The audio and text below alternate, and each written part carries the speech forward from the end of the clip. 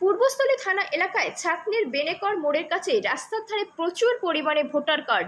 শনিবার বিকেল নাগাদ সেই ঘটনা নজরে আসতে ব্যাপক চাঞ্চল্য ছড়ায়। যদিও পুলিশ খবর পেয়ে 50টিরও বেশি ভোটার কার্ড উদ্ধার করেছে।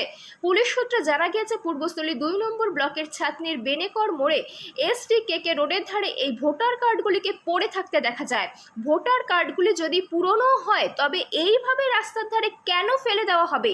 স্বাভাবিক কারণেই এই কাজের চরম গাফিলতির ছবি ধরা পড়েছে বলে মনে করছেন তারা। পূর্বস্থলী থানার পুলিশ ভোটার কার্ডগুলিকে উদ্ধার করে থানায় নিয়ে যায়। নাম সুব্রত রায়। আমি এই ভবতানী রাইস মিলে কাজ করি। আমি বিকেলবেলা 5:45টার সময় রাস্তা যখন বেরোয় তখন দেখছি এক গাদা লোক দাঁড়িয়েছিল। তো সেখানে আমি তৎক্ষণাৎ যাই যে কী হলো। আমি দেখতে যাই, দেখি অনেক ভোটার কার্ড পড়ে আছে।